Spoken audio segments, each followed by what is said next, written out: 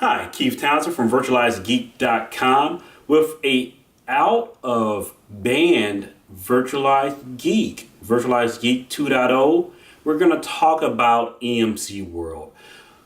Couldn't wait until the weekend to talk about some of this because some of the back and forth on Twitter between EMC and Nutanix. And I think I had to get my thoughts kind of out there. It was either a blog post or a video. I chose a video because it's a pretty free-flowing topic and I didn't really want to lose kind of the excitement in the tone of my voice and lose some of the importance of the message. EMC announced that they're going to give away ScaleIO for free. So basically, obviously, they're going to make some money off of it via support because you wouldn't go into support, or you wouldn't go into a production environment without having support for even tier 2 workloads, which is what ScaleIO is pretty much geared towards.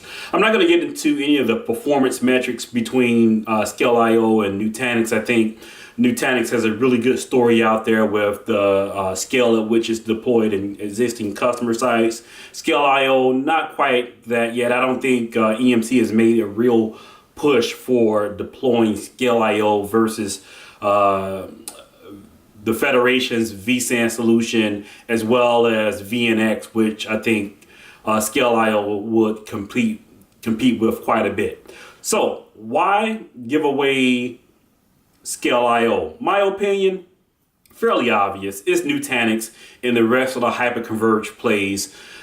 This really eats at some of the initial bottom end of the Nutanix slash hyperconverged infrastructure plays that gear towards test and dev workloads.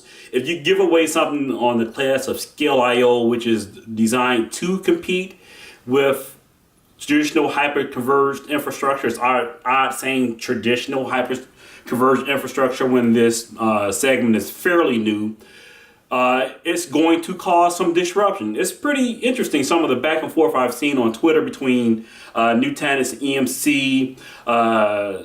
Chad Sackett was very kind of, he went, rule number one, you don't go negative. And he did go negative in his blog post on ScaleIO being better than Nutanix. But from a customer perspective, if I was doing a proof of concept or even a trade study between the two, the things that would intrigue me about both products. One, Nutanix has a very good value proposition of being a hyper-converged solution in which I get support all in one box.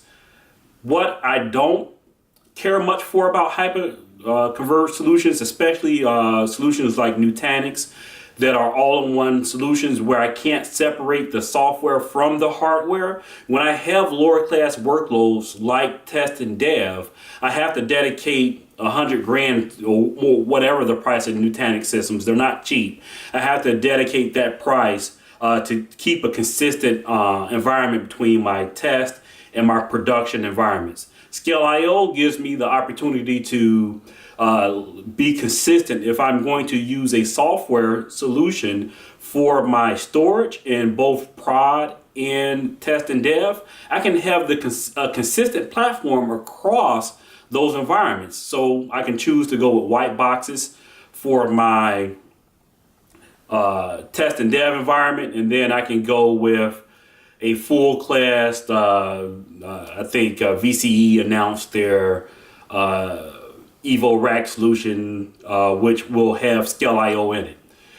In theory, I can do this with Nutanix. Nutanix has a community edition, which I can kick the tires. But bottom line is I can't separate the software from the hardware. So if I was to do a trade study, I think that would be kind of the line of thinking I'd go in understanding exactly how much value there is in the entire Nutanix stack versus having the flexibility of building my own infrastructure out with ScaleIO as a potential solution for my storage platform.